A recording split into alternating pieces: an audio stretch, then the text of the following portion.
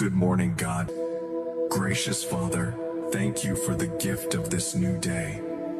I come before you with a heart full of gratitude and expectation. I release yesterday's weight and embrace today's opportunities. Lord, order my steps and align my thoughts with your purpose. Strengthen me to overcome every obstacle and give me peace in the middle of pressure.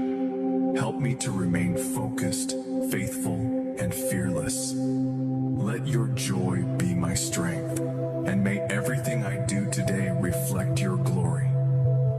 The steadfast love of the Lord never ceases. His mercies never come to an end. They are new every morning. Great is your faithfulness. Lamentations 3:22-23, ESV. Father, I trust you to guide my decisions, bless my work, and protect my peace.